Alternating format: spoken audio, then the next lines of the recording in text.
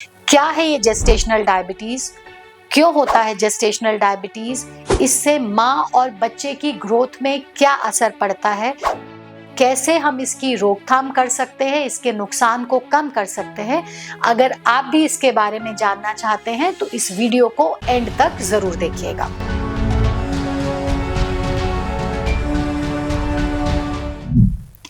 Hello friends, मैं हूं doctor Neeraj Pahlajani, infertility and high risk pregnancy expert. गर्भावस्था यानी कि प्रेगनेंसी के दौरान अगर ब्लड शुगर बढ़ जाता है तो उस चीज को हम बोलते हैं जेस्टेशनल डायबिटीज।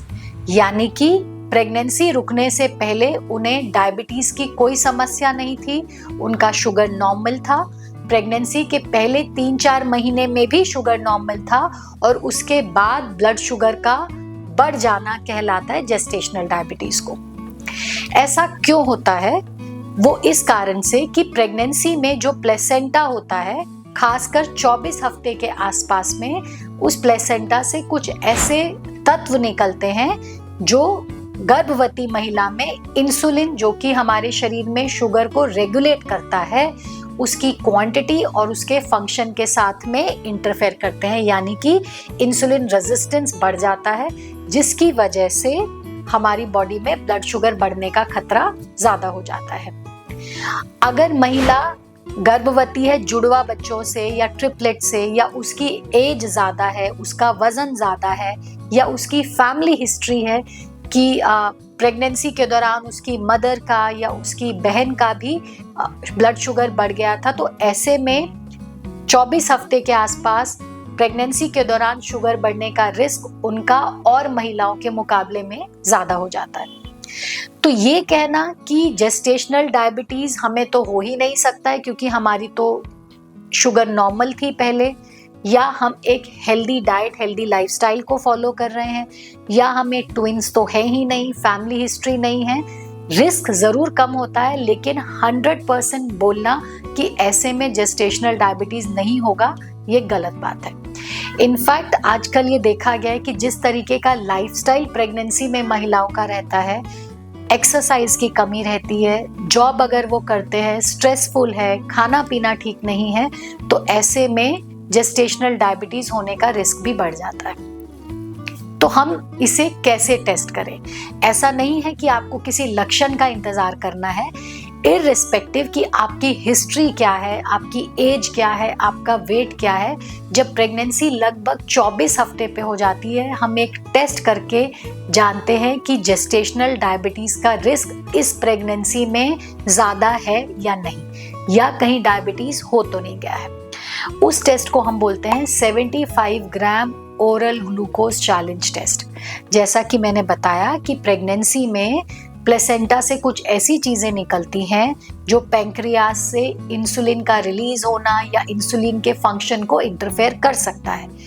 तो हम 24 वीक्स के आसपास बॉडी को एक चैलेंज देते हैं, बेसिकली पैंक्रियास को एक चैलेंज देते हैं 75 ग्राम ग्लूकोज को पिला करके।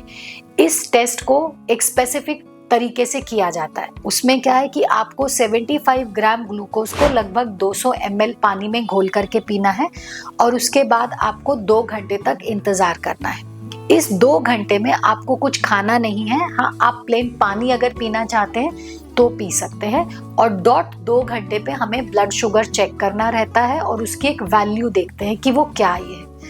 अगर वो वैल्यू कट ऑफ के ऊपर है तो आपको रिस्क है जेस्टेशनल डायबिटीज का, तो आपके डॉक्टर आपको 100 ग्राम OGTT, जो कि इसके आगे का टेस्ट होता है, वो एडवाइस करेंगे। आपको डाइट और लाइफस्टाइल मॉडिफिकेशन बताएंगे, या अगर ये टेस्ट बहुत ज़्यादा गड़बड़ आता है या इसके बाद के टेस्ट दिक्कत वाले आते हैं, तो फिर आपको डाइट और लाइफस्टाइल के साथ साथ मेडिसिन्स का भी इस्तेमाल करना ज़रूरी हो जाता है। और जैसे ही हम प्रेगनेंसी में बात करते हैं कि शुगर हो गई है, आपको इंसुलिन या शुगर के लिए कुछ दवाई लेनी पड़ेगी, दिमाग में आता है कि इससे बच्चे को नुकसान हो जाएगा, हमें नुकसान हो जाएगा, हम ये दवाइयाँ नहीं लेंगे। जबकि उल्टा है, अगर आपके शरीर में शुगर बढ़ा हुआ रहेगा तो उसका नुकसान इंसुलिन या शुगर को कंट्रोल करने के लिए जो दवाई आपके डॉक्टर देते हैं उससे कई गुना ज़्यादा है। तो आपको बिल्कुल भी घबराना या डरना नहीं है अगर आपके डॉक्टर आपको इंसुलिन या दवाइयों की सलाह देते हैं, क्योंकि अगर बच्चा बढ़े हुए शुगर में रहता है तो यही बढ़ा हुआ शुगर बच्चे तक भी पहुंचता है। जब फीमेल की बॉडी में शुगर बढ़ा हुआ है तो उसके हिसाब से इंसुलिन भी है, तो वो शायद आपको इतना नुकसान नहीं करे, लेकिन बच्चे का इंसुलिन तो उस प्रपोर्शन में नहीं है, उसको ये बढ़े हुए शुगर से प्रॉब्लम हो सकती है। जैसे हम अगर ओवर ईटिंग करते हैं तो हमारा वजन बढ़ता है, ऐसे ही बच्चा शुगर अगर ज्यादा कंज्यूम करेगा तो उसका वजन ज्यादा बढ़ता है, नॉर्मल से ज्यादा, अंदर पानी ज्यादा हो सकता है। ये सब चीजों की वजह से डिलीवरी में दिक्कत आती है, सिजेरियन रेट्स ज्यादा होते हैं, और कभी कभी क्या होता है बच्चे की लंग फेफड़े मैच्योरिटी में भी दिक्कत आती है, तो बच्चों का डिस्ट्रेस में जाने के चांसेस भी बढ़ जाते हैं। तो ये बहुत ज़रूरी हो जाता है कि हम प्रेगनेंसी के दौरान शुगर को कंट्रोल में रखें। तो जेस्टेशनल डायबिटीज से डरे नहीं, ये किसी को भी हो सकता है, इसलिए इसकी रूटीन स्क्रीनिंग हर प्रेग्नेंट महिला को लगभग 24 हफ्ते की जब प्रेगनेंसी हो जाती है करना ज़रूरी है।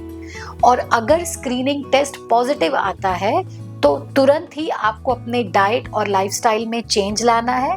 साथ ही साथ में कंफर्मेटरी टेस्ट जो कि 100 ग्राम ओरल ग्लूकोज टॉलरेंस टेस्ट होता है उसको करना है, और उसकी रिपोर्ट के आधार पे अगर आपके डॉक्टर आपको इंसुलिन या दवाइयाँ लेने की सलाह देते हैं तो बिना हिचक के आपको रेगुलर उसका इस्तेमाल करना है। और इसके साथ ही साथ आप ऐसा नहीं सोच सकते हैं कि हम दवाइयाँ ले रहे हैं तो हमारा शुगर ठीक रहेगा। हमें फ्रिक्वेंटली अपने शुगर को मॉनिटर करना है, टारगेट्स को मैच करके रखना है, उसी हिसाब से अपनी मेडिसिन को एडजस्ट करना है। अगर हम ये छोटी छोटी बातों का ध्यान रखते हैं कि रूटीन स्क्रीनिंग जरूर कराएं, अगर टेस्ट पॉजिटिव आता है तो कंफर्मेटरी टेस्ट कराएं, अगर आपके डॉक्टर इंसुलिन या दवाइयाँ लेने को बोलते हैं तो उसका रेगुलर इस्तेमाल करें, ब्लड शुगर मॉनिटरिंग फ्रिक्वेंटली करें और उसके हिसाब से डोज एडजस्ट करें, तो जेस्टेशनल डायबिटीज से बचा जा सकता है और इसके नुकसान को कम किया जा सकता है। अंत में एक टिप, अगर हम ये सोचे कि ये सिर्फ प्रेगनेंसी के दौरान की समस्या है, ऐसा नहीं है। वो बच्चे जिन्हें प्रेगनेंसी के दौरान उनकी माँ जेस्टेशनल डायबिटीज से गुजरती है और शुगर अनकंट्रोल रहता है, ये बच्चे अपनी अडल्टहुड में यानी कि जब वो बड़े हो जाएंगे इनको भी शुगर होने का रिस्क और बच्चों के मुकाबले जिनको गर्भावस्था के दौरान डायबिटीज नहीं था ज़्यादा रहता है। तो इसलिए हमारे फ्यूचर की सेफ्टी के लिए भी बहुत ज़रूरी हो जाता है कि हम GDM को टाइमली डिटेक्ट करें और इसे कंट्रोल करें।